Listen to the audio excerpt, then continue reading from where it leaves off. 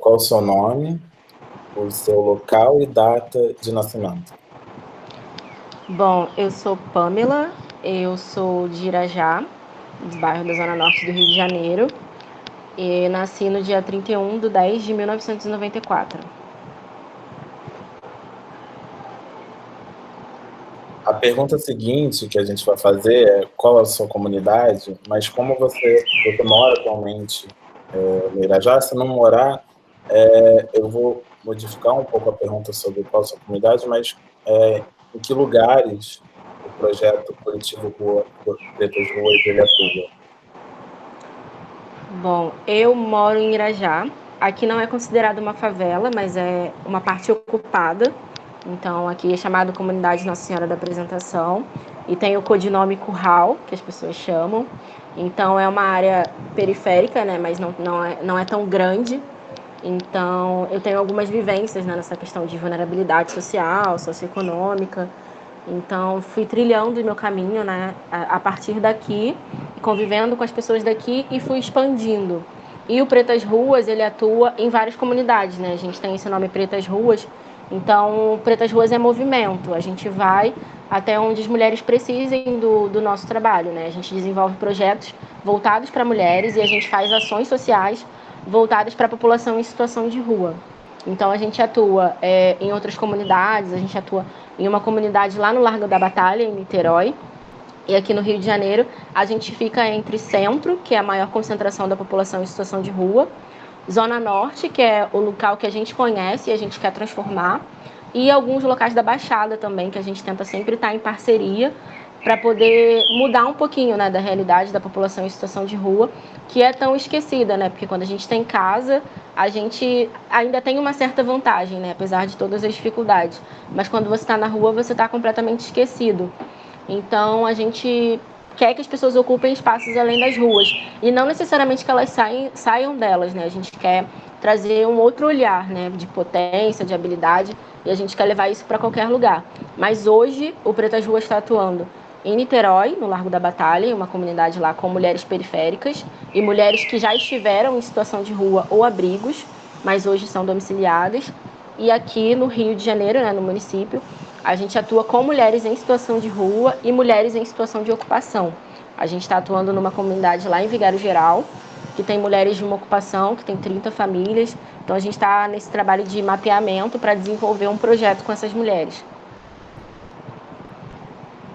Indo por um lado um pouco mais pessoal, Pamela, como é que você descreve a sua história com o lugar que você veio, que você mora atualmente? Bom, a minha história, né? Eu parto de um lugar muito esquecido, né? Num bairro que tem até uma certa visibilidade, por ter um metrô, a locomoção é fácil, mas foi por muitos anos esquecido, né? A gente teve transformações efetivas depois de 2010, que começou a ter um shopping aqui, e começaram a pensar atividades culturais, são muito esquecidas, né? Para áreas periféricas e tudo mais. Aqui a gente tinha acesso à lona cultural de outro bairro, mas é sempre aquela coisa muito distante. Então eu parto desse lugar, né, desse lugar social como mulher negra em situação de vulnerabilidade socioeconômica. Eu fui a primeira pessoa da minha família a cursar, né, ingressar em uma faculdade. Eu fui bolsista do ProUni, no curso de Direito. Então, como eu tive esse privilégio, né, esse acesso, eu tento transformar isso, né, dando oportunidade que as pessoas tenham acesso à justiça, acesso a direitos, e é muito difícil. Então, eu sempre fui bolsista, graças a projetos sociais, pessoas que me ofereceram bolsas. Então, eu tive a oportunidade de cursar toda a minha trajetória, né, escolar em um único colégio particular. Depois, eu migrei como bolsista do ProUni. Então, sempre tive instituições privadas, né, de ensino e consegui outras bolsas. E isso me fez olhar para o social, né, querer que outras pessoas ocupassem esses espaços que são nossos também, né, que muitas vezes colocam principalmente a mulher negra nesse lugar que a gente só tem que servir, que você não serve para nada, que você não pode ser advogada. Quando olhavam para mim, nossa, você vai fazer direito, vai ter que estudar muito, como se eu não tivesse essa habilidade, né, essa potência. Então, até hoje eu ainda enfrento esses estigmas, né? E eu quis pensar nas mulheres negras, né, que são tão invisibilizadas. Então, toda a minha trajetória eu fui pensando no que eu poderia fazer pelas mulheres e também pelas crianças e adolescentes, né, que é outra vibe que eu trabalho também, para dar essa injeção de autoestima, porque a gente tem habilidade, tem potência, mas às vezes a gente só precisa de alguém falando, olha, você pode mais, você consegue. E muitas vezes a gente nesse lugar não tem ninguém, né, para falar, eu vou te ajudar, eu já passei por isso. Então eu queria ser essa pessoa, né? A gente fala tanto de representatividade hoje, então o que me despertou foi perceber, olha, eu também posso ser uma representatividade, mesmo fazendo pouco, porque é um trabalho de formiguinha, né? A gente não vai transformar o mundo amanhã, por mais que a gente queira. Então foi isso que começou a me despertar a pensar em outras coisas, né? E como eu fui para esse lado do direito, as injustiças sempre me inquietaram muito, né? Então eu tive aquele período de revolta, onde eu queria tacar fogo em todo mundo e querer transformar, mas depois eu vi que a gente precisa ser estratégico, a gente precisa buscar aliados, sozinho a gente não consegue e sozinho a gente se cansa, se frustra, a nossa saúde mental, física vai para o ralo. Então eu passei por todo esse processo, né, de amadurecimento, que é um amadurecimento, né? Até para você resistir, você tem que entender esse processo e lembrar de se cuidar, que a gente vai esquecendo, né? Então eu comecei a olhar para mim, o que eu poderia fazer e quem eu poderia me aliar para chegar em um determinado bem comum.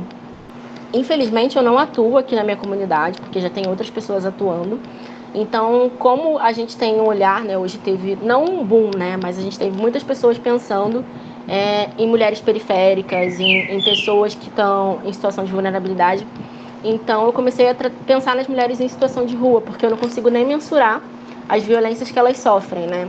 Então, eu comecei a me pensar, assim, focar toda a minha atenção nelas, porque elas nem são cidadãs muitas vezes, né? É uma população muito indocumentada, não tem acesso a documento, não tem acesso a aparelho público. Então, eu comecei a pensar o que eu posso fazer, né, com a minha formação, com toda a minha trajetória de trabalhado em outros projetos sociais, e comecei a analisar os dados, né, que a gente pega esses dados e fala, caramba, tudo isso acontece com mulheres negras que estão em situação de rua, com mulheres negras sofrendo violência doméstica, morrendo simplesmente por existir, né? Porque quando as mulheres já são vulneráveis, né? Mas quando você olha uma mulher negra, você nem pensa se vai bater nela ou não, você já sai batendo, né? Assim, essa é a mentalidade do agressor, que o corpo negro pode ser usado para o que ele quiser, e principalmente das mulheres. Então isso me inquietou muito e eu transformei em ação. Comecei a ir para outros projetos, frequentar outras instituições, mas eu não sentia essa representatividade, né, de alguém pensando em projetos voltados para mulheres e principalmente para mulheres negras. Então foi desse lugar de inquietação que eu comecei a movimentar e buscar pessoas, né, que tivessem essa linha de pensamento para construir um coletivo que eu nem saberia, né, que seria com esse nome Pretas Ruas, tão representativo. E a minha parceira, né, nessa idealização também se chama Pamela. Nós somos mulheres negras, nós temos o mesmo nome e o mesmo propósito. Então isso é uma grande motivação, né, um grande despertar que a gente vai acreditando que é realmente um propósito de vida, né, uma missão de resgatar a vida de mulheres que não são reconhecidas como mulheres, não são reconhecidas como pessoas. Então a gente partiu desse princípio de querer ser a representatividade e buscar uma representatividade, porque a gente encontra muita representatividade nas ruas, né? De mulheres cis, mulheres trans, que estão ali resistindo todos os dias, militando de uma forma diferente e sobrevivendo. Então foram essas histórias, assim, essas trilhas que me traçaram. Não sei se eu respondi, que eu fui falando várias coisas. Eu achei incrível, Paula, e também traz um pouco isso de o quanto é notar essa complexidade que também está no corpo da mulher negra, principalmente. Trazendo um pouco todas essas questões que você já veio trazendo também com a sua parceira Pamela, como a gente pode pensar essa complexidade nas várias Pamelas que você já foi? E aí a pergunta seria exatamente essa, com o que você já respondeu um pouco de com o que você trabalha atualmente, mas também com o que você já trabalhou na vida. Bom, eu comecei trabalhando como jovem aprendiz com 14 anos, então isso também me mudou muito, né? Que a gente vai tendo esse amadurecimento de você ter responsabilidades e buscando outras oportunidades. Então eu comecei como jovem aprendiz, fiquei 2 anos e iniciei um técnico de informática, nada a ver com direito, mas hoje a gente usa informática e tecnologia para tudo, então foi muito útil para mim. E depois eu comecei a trabalhar com administrativo, né, como assistente administrativo, em alguns locais, e sempre migrava para o lado de voluntariado. Eu comecei a fazer trabalho voluntário com 17 anos, em uma instituição de apoio à criança com câncer, aqui próximo à minha casa, em Irajá. Então, eu sempre fazia mutirão de doação, mutirão de roupas. Então, eu já estava muito voltada para o terceiro setor, sem perceber. E com isso eu ia fazendo as gincanas da escola, tudo sempre pensando no social e na coletividade. Depois que eu saí desse trabalho, eu iniciei a faculdade. Como eu precisava sair cedo, acabei sendo demitida por conta de dar prioridade aos meus estudos. E nisso eu comecei a traçar outras oportunidades, né? Porque a gente sabe o quanto é difícil estar em uma universidade de direito como uma mulher negra. Então não foi uma trajetória fácil, foi muito complexo, muito difícil. Eu tive que lidar com algumas questões muito, muito complicadas. E também tem a questão de você ser um corpo que as pessoas acham que você não devia estar ali. Então a gente tem que se afirmar e se reafirmar o tempo inteiro. Então não dava para eu ser só boa, eu tinha que ser a melhor para pelo menos ter um destaque. Então estava sempre estudando mais, né, me dedicando mais, e mesmo assim via que não era muito suficiente, né? Outras pessoas que tinham desempenho mediano estavam sempre na frente, e entrava muito a questão do racismo, do sexismo. Hoje o direito é muito elitista, é muito branco, né, ainda. Quando a gente olha o STF, né, que é a nossa Suprema Corte, a gente não tem nenhuma mulher negra. Então é uma caminhada muito difícil que, com o apoio de outras pessoas negras, a gente vê o quanto muda, né? Porque enquanto eu estava sozinha nessa luta, né, querendo um espaço, querendo ocupar um lugar, eu não tinha esse apoio. Mas quando eu comecei a ver outros profissionais negros, tentar conversar, trocar ideia, sempre foram muito abertos a me recepcionar. Então, a partir daí, eu vi que eu podia criar oportunidades, né? Já que ninguém estava abrindo porta, eu comecei a construir a minha janela, o meu muro, o meu lugar no mundo. Então, com isso, eu comecei a trabalhar com responsabilidade social com outra advogada. A gente eu ajudava ela, né, em algumas petições, no que eu poderia fazer como estagiária. E depois consegui um estágio em um órgão público, na AGU. Eu fui estagiária da AGU também. Aprendi muito lá, com a Advocacia Geral da União, na parte trabalhista. E depois eu fui ficar como voluntária, né, depois que meu contrato acabou, de 2 anos, eu fui ficar como voluntária na Defensoria Pública do Rio de Janeiro. E ali eu percebi o quão o direito é importante, né? Que todo mundo deveria saber. Porque a gente acaba sabendo só os nossos deveres e não percebe que a gente tem direito a lazer, a saúde, a educação. Então ali eu percebi de fato o quanto a gente precisa se armar de conhecimento. Porque conhecimento é poder e a gente precisa, né, dessa arma tão necessária. Então eu fiquei 6 meses como estagiária voluntária, colaborando com algumas ações. E ali eu vi que o terceiro setor era o que me mantia assim, de pé, né? Então, em 2018, em março de 2018, eu me formei, comecei a trabalhar como advogada autônoma, e em 2019 eu ingressei para o terceiro setor. Então, comecei a me especializar, ver como é que eu podia ajudar em outras instituições. E nesse período, eu conheci a Pamela Lessa, que foi o que me motivou a conhecer formar o Pretas Ruas, né? A gente juntou a nossa insatisfação, inquietação e falou, a gente tem que fazer alguma coisa. Aí a gente criou o Pretas Ruas e antes da gente colocar ele na rua, né, colocar a mão na massa, a gente criou uma missão, que é oportunizar que pessoas que se identifiquem como mulher, principalmente negras, possam ocupar espaços além das ruas. E fazer isso através de resgate de identidade, autoestima e fortalecimento. Então a gente botou isso na nossa cabeça, que era o que a gente queria fazer para contribuir para o mundo, né? Deixar um legado. Então, a partir daí, eu comecei a me envolver de cabeça. A gente se jogou muito nesse 1 ano, né, de 2019 até hoje. E a gente começou a descobrir outros lugares, né? Que a gente sempre se coloca, né? Todo mundo sofre opressões, a gente sabe que não é fácil para ninguém. Mas quando a gente traz esse destaque de mulheres negras, a gente vê o quão é difícil. Porque quando você vai nas ruas, né, fazer uma ação simples, né, uma entrega de kit, você vê lá corpos negros, você vê mulheres negras, crianças negras.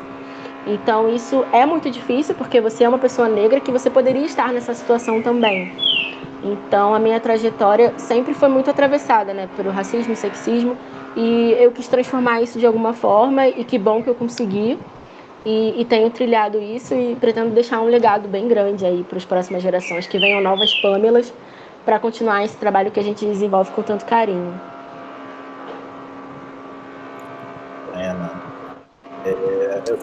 Enquanto você estava falando sobre essa questão do legado, de como você teve essa iniciativa em relação ao projeto, eu acompanhei um pouco no Instagram, que eu fui vendo as publicações mais antigas, a Mari também me contou um pouco da história do coletivo, que começou em 2019, né? Acho que você até falou, inclusive, agora que foi ano começou em 2019. O que aconteceu, mais ou menos assim, com a pandemia, que era feito antes com o coletivo Pretas Ruas, e como é que foi essa mudança para esse cenário em que acontece esse isolamento social? O que foi feito com novas soluções, né? Porque o coletivo acabou se modificando também por causa dessa situação. Bom, o Pretas Ruas é movimento e muito contato, né? Porque a gente quer transformar através do acolhimento e do afeto. Então, quando a gente começou, em dezembro, a gente ia pra rua, sentava no chão e tocava as pessoas. Então, a gente começou assim, né? Mergulhando de cabeça e sempre pensando que aquilo ali é uma situação, né? A pessoa pode passar por ali ou permanecer. Aí cabe a escolha da pessoa. Então, a gente pensou em projetos sociais que iriam além da entrega, né? A gente faria ações sociais para poder conhecer esse público e depois a gente faria algo mais contínuo, né? Saber como é que é a dinâmica, acompanhar elas pelo menos por um ano, levando, né, imersão em profissões, atividades diversas, fazer rodas de conversa. Então, a gente pensou todo um planejamento, né? Como a gente tem essa expertise, eu sou advogada, a Pamela administradora, a gente criou todo um cronograma perfeito, né? E a gente começaria lá em Niterói, que já era uma comunidade que a gente atuava. E lá é um abrigo, né? É um abrigo não regulamentado pela prefeitura. Então, eles acordaram o seguinte, né, com a dona do abrigo. Você não pede nada pra gente, a gente não fala nada com você. Então, ela abrigava mulheres, crianças, idosos, deficientes físicos. A gente sabe que é algo difícil, mas ela fazia isso, né? E não seria possível, né, até por questões sanitárias. Então, a gente ia fazer lá, a gente implementou todo um programa maravilhoso, onde a gente ia levar o resgate de autoestima para elas, depois elas iam fazer oficinas de comportamento, de retorno ao mercado de trabalho, elaboração de currículo, tudo que uma pessoa precisa, né, para se fortalecer. Só que em fevereiro, a gente fez, no dia 15 de fevereiro desse ano, né, 2020, um evento que chama Dia de Rainha, justamente para fortalecer a autoestima, a solidariedade entre mulheres. Então, nesse dia, a gente começou às 9h e terminou 1h. A gente fez um café da manhã bem legal, né, com todo o contato, recepcionando as meninas, com música. Depois a gente fez uma roda de conversa. Depois elas tiveram acesso a um circuito, né, que elas começavam com maquiagem, penteado, massoterapia e terminavam com uma sessão de fotos. E nesse processo a gente sempre ia conversando com elas, vendo os filhos, né? As crianças foram também, a gente fez atividade para as crianças. E a partir dali, no próximo mês, a gente ia iniciar justamente no dia 16 de março, seria a nossa oficina, que foi o lockdown no Rio de Janeiro, né? E como a gente é do Rio e ela é de Niterói, a gente nem podia passar a ponte e perdeu total o contato. E a gente sabe o quanto é difícil, né? Internet, sinal, para chegar nessas mulheres. Então a gente ficou desesperado. Nossa, o que a gente vai fazer? A gente não pode ir para lá, elas não podem vir para cá. E a gente perdeu total contato com elas, assim. De 15 mulheres, né, que estão nesse projeto com a gente só conseguia falar com 5. Então a gente tentava mobilizar essas 5 para elas falarem com as outras 5 e a gente conseguir chegar em algum lugar. Então a gente começou a repensar, a gente ficou igual louca, né? Como é que a gente vai fazer? Como é que essas mulheres vão se alimentar? Então a gente começou a mobilizar nas redes, que a gente viu que tem um potencial, né? Das pessoas conhecerem um trabalho, quererem ajudar. A gente começou a pensar em um financiamento coletivo para a gente poder pelo menos ter acesso às cestas básicas. A gente começou a se inscrever em edital e se virar nos 30 mesmo, né? Pegar a mão na massa, pedir para um vizinho, para um amigo, para um conhecido, e começou a compartilhar corrente de WhatsApp para ver se funcionava. E a partir disso a gente conseguiu que uma instituição apoiasse a gente entregando cestas básicas. Então, com o financiamento coletivo, a gente pensou, já que a gente tem essas cestas básicas garantidas, vamos fazer alguma coisa para a população em situação de rua, porque também foi outra população que ficou eles tinham toda uma dinâmica, né? Porque eles têm várias estratégias, onde eles iam tomar banho, onde eles iriam comer, e estava tudo fechado. O que eles iam fazer? Então a gente começou a criar alguns kits de sobrevivência, né? Com lanche, com alguns itens de higiene. Álcool a gente não chegou a entregar, porque a gente sabe que é complicado, né? A gente tem algumas cenas de uso. Então a gente entregava o básico mesmo, né? Sabonete, tentava levar sempre água, que é muito importante, né? Algo que a gente às vezes esquece, porque pode abrir a geladeira e pegar, e essas pessoas não. Então a gente tentou montar um kit de sobrevivência, pensar em agasalho, pensar em máscara, pensar em cartilha. Então foi algo que a gente começou também a aumentar a nossa rede. Então a gente começou a acionar mais pessoas, mais projetos e botar a mão na massa. E como nós somos só duas, a gente ainda teve que ver recursos humanos, né, voluntários para ajudar, pessoas para poder ajudar a montar o kit. Então começou com a nossa família, com conhecidos, colegas, aí depois a gente conseguiu abrir por outras plataformas, né, voluntariado, para poder ajudar, para poder entregar, para ver essa rota, né, porque quando você não tem muito recurso financeiro, não tem carro, fica muito difícil, né. Então a gente foi pedindo ajuda de todo mundo e a gente conseguiu. Então a pandemia ressignificou todo o processo, né, a gente estava nessa questão do contato, do acolhimento, e a gente teve que manter esse distanciamento. E como a gente não queria só entregar, né, a gente começou a colocar bilhetinhos nos nossos kits, com desenhos, porque a gente não sabia se todo mundo sabia ler. Então a gente colocava sempre uma frase e alguns desenhos, né, para a pessoa lembrar, né, de um sol, esperança. A gente sempre tentava representar o que estava escrito em forma de desenho. Tudo com muito carinho para a gente ir além do assistencialismo, né? Despertar algo naquela pessoa para ela ser lembrada e não ser esquecida. E nesse processo a gente teve muito depoimento bacana, né? A gente ficou amigo de várias pessoas, porque a gente ia sempre nos mesmos lugares. Então as pessoas acabam conhecendo a gente, né? Porque a rua é muito dinâmica, mas tem algo que se repete, né? Onde a pessoa vai dormir, onde ela vai comer. Então eles já sabiam os horários que a gente ia chegar e agradeciam. Então isso foi muito gratificante, porque a gente viu que de fato a gente estava mudando, né? A gente atua numa praça aqui em Vaz Lobo, que o pessoal até colocou na frase, né, que tem vários desenhos, aí colocaram assim, Pâmelas Pretas Ruas, porque era justamente o ponto que a gente ficava. Então é uma excelente forma, né, que eles usam de se comunicar, e a gente se sente acolhida também, né, que a gente acha que vai levar tudo e a gente recebe muita coisa, né? Não é um trabalho fácil, porque muita gente fala, vocês estão romantizando o trabalho. Mas a gente tem aí muitos anos da população em situação de rua, né? A gente tem um trabalho que não é efetivo, não acontece. Muitas vezes o poder público pensa só na documentação dessas pessoas e não vai além disso. Então a gente vê o quanto a gente pode construir com eles, né? Tanto a gente constrói mais com as mulheres, mas também constrói com os homens, né? Pontualmente ou não, porque é muito mais fácil para um homem se virar, né? Ele consegue bico. A mulher nem sempre, às vezes ela vai para prostituição ou outro tipo de trabalho muito informal e subalterno. Então a gente começou a pensar, né? Olha quanta coisa eles sabem que poderiam mudar e a gente aprendeu muito. Então a pandemia é muito difícil ainda, a gente perdeu muitas pessoas, mas foi um aprendizado constante e aprendizado com pessoas que a gente não esperava, né?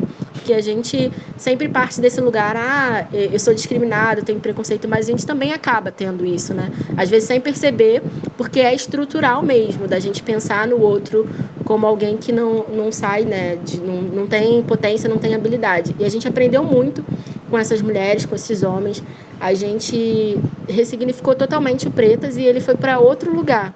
A gente hoje está tentando ver o que a gente constrói de forma horizontal, que também é algo que a gente faz, né? A gente nunca pensa de cima para baixo, porque já deu errado. Então a gente constrói com todo mundo. Se a gente quer fazer um projeto, a gente fica 3 meses com as mulheres, conversa com elas, vê o que elas querem, entende a dinâmica delas, para depois a gente trazer alguma coisa, que aí foi algo que elas construíram também. E isso dá protagonismo para a nossa vida, porque é o que a gente quer fazer, que essas mulheres sejam protagonistas das suas histórias. Toda essa mudança que você falou um pouco dos Pretas Ruas é exatamente isso, né? Essa essência de você trazer para junto contigo, né? Essa produção de você criar também os próprios projetos.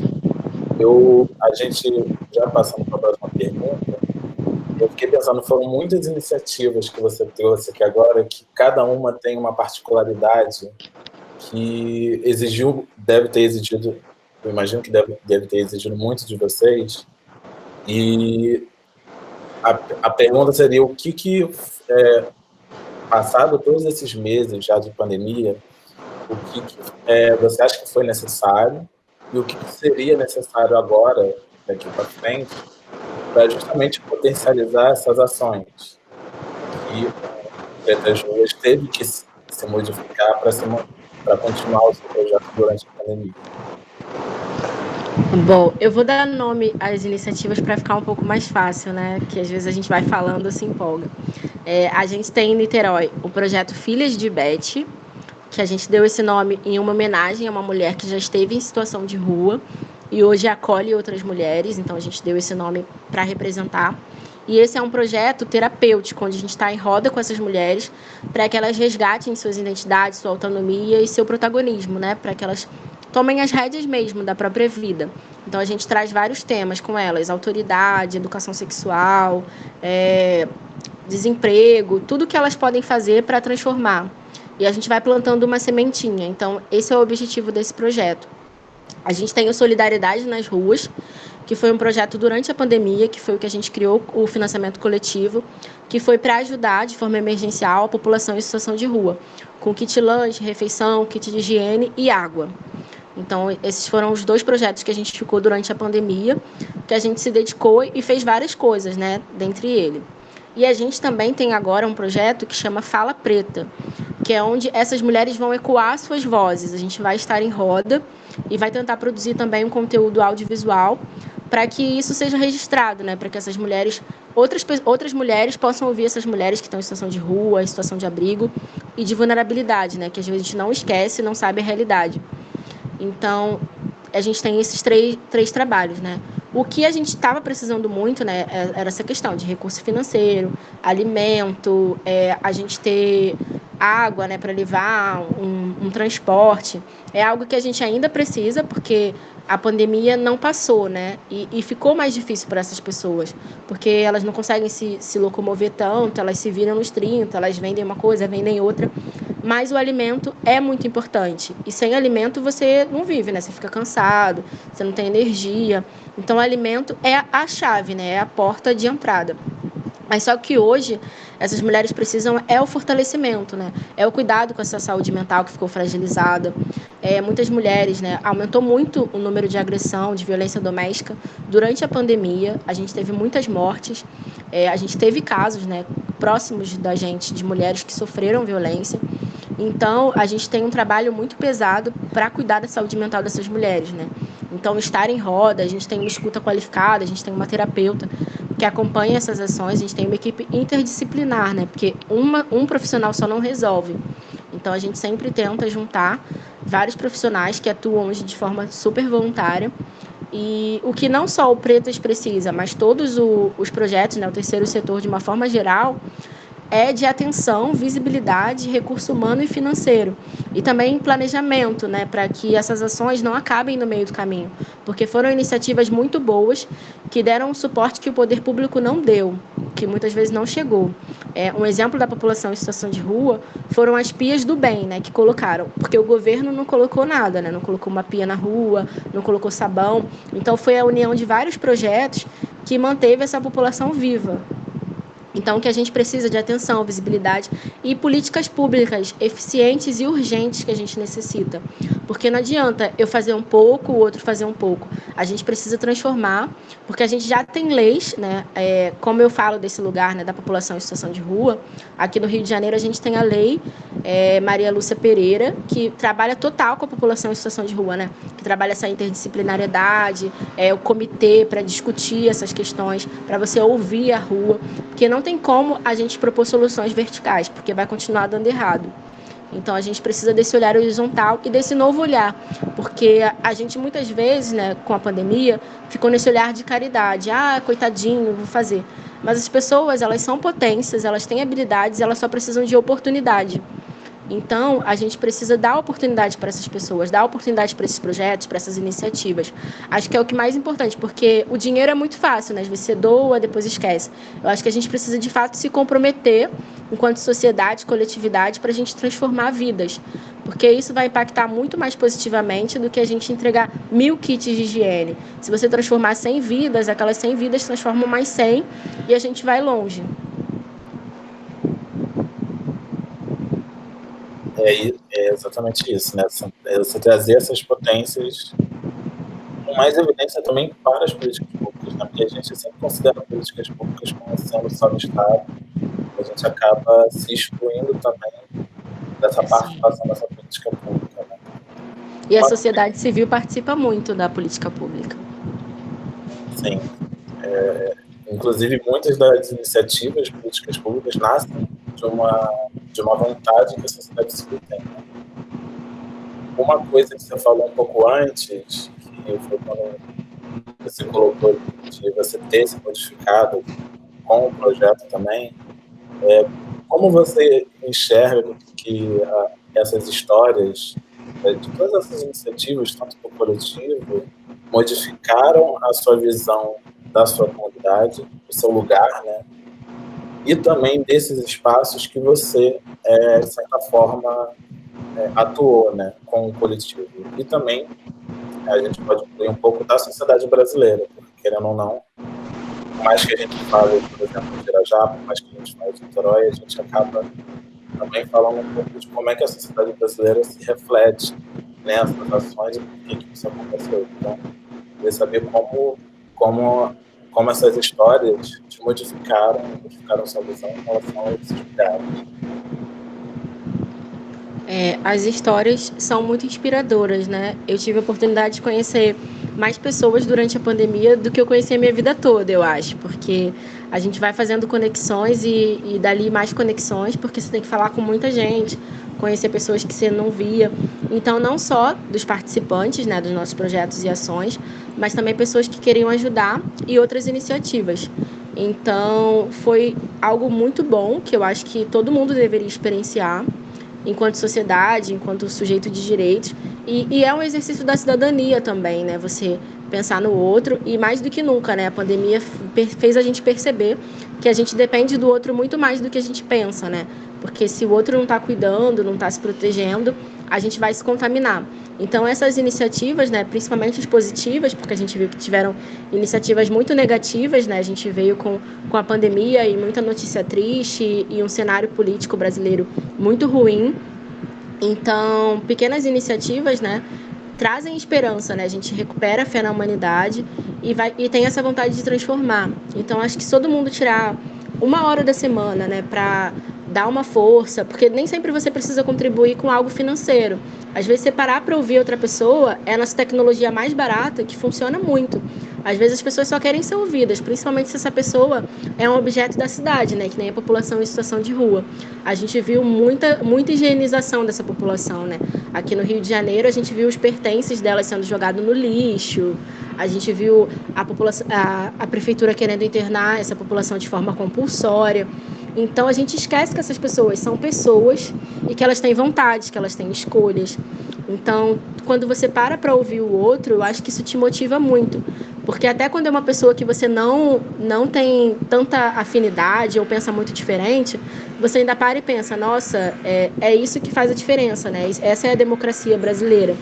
E a gente consegue deixar um pouquinho do outro, né? Quando a gente conversa com alguém, a gente faz uma troca, né? Fica um pouquinho de você em mim, um pouquinho de mim em você, e assim a gente tem novas visões de mundo. Então, acho que esse período de pandemia foi ótimo para me perceber a sociedade e ver que a gente tem solução, que a gente tem possibilidades. É sobre, como é que fala, criar. A gente estava conversando com outra entrevista em Mari, que o entrevistado falou exatamente isso, é poder criar novas imaginações. Novas possibilidades de existência, né? A gente está chegando no final, a gente já está encerrando, então a gente queria saber um pouco, Pamela, de tudo isso que a gente já conversou agora, tem alguma coisa que a gente não perguntou, ou que a gente perguntou, mas ali nas respostas ou na pergunta a gente não tocou nesse assunto que você queira deixar nesse último relato? Eu não sei se é algo muito interessante, mas é algo que eu tenho muita admiração de ter participado disso. Então, eu queria deixar claro, né? O Pretas, ele iniciou em dezembro de 2019. A gente ainda vai fazer um ano, mas a gente conseguiu trabalhar em rede, a gente conseguiu fazer boas conexões, a gente conseguiu juntar muita gente boa, né? De forma voluntária. Todo o nosso trabalho é muito orgânico, a gente não investe em marketing, investe em comunicação, a gente não tem nenhuma empresa que patrocina. Então, mesmo nesse período, né, por a gente trazer essas bandeiras tão necessárias, né, da população em situação de rua, das mulheres em situação de rua, a gente recebeu um prêmio da Fiocruz, né, da ASFOC, que foi da medalha Jorge Carelli de Direitos Humanos, justamente por conta desse nosso trabalho, né, de acolhimento, de pensar de forma horizontal com as mulheres em situação de rua. Então é algo muito gratificante que eu queria compartilhar aqui para vocês. É sobre isso. É trazer esses projetos, essas histórias à tona, que é aí que a gente começa realmente a modificar os espaços, né? Quando a gente começa a fazer. E a gente ecoa vozes, né? E tem uma frase que eu gosto muito, que é interfavelar os discursos. Porque se a gente ficar gritando sozinho, ninguém escuta, né? Então, a gente interfavelando, a gente ecoa vozes. E se a gente juntar a potência da favela, a potência das pessoas em situação de rua, de abrigo, de ocupação, não vai faltar espaço para a gente ocupar e a gente vai conseguir criar novas possibilidades de existência bem rápido e fácil.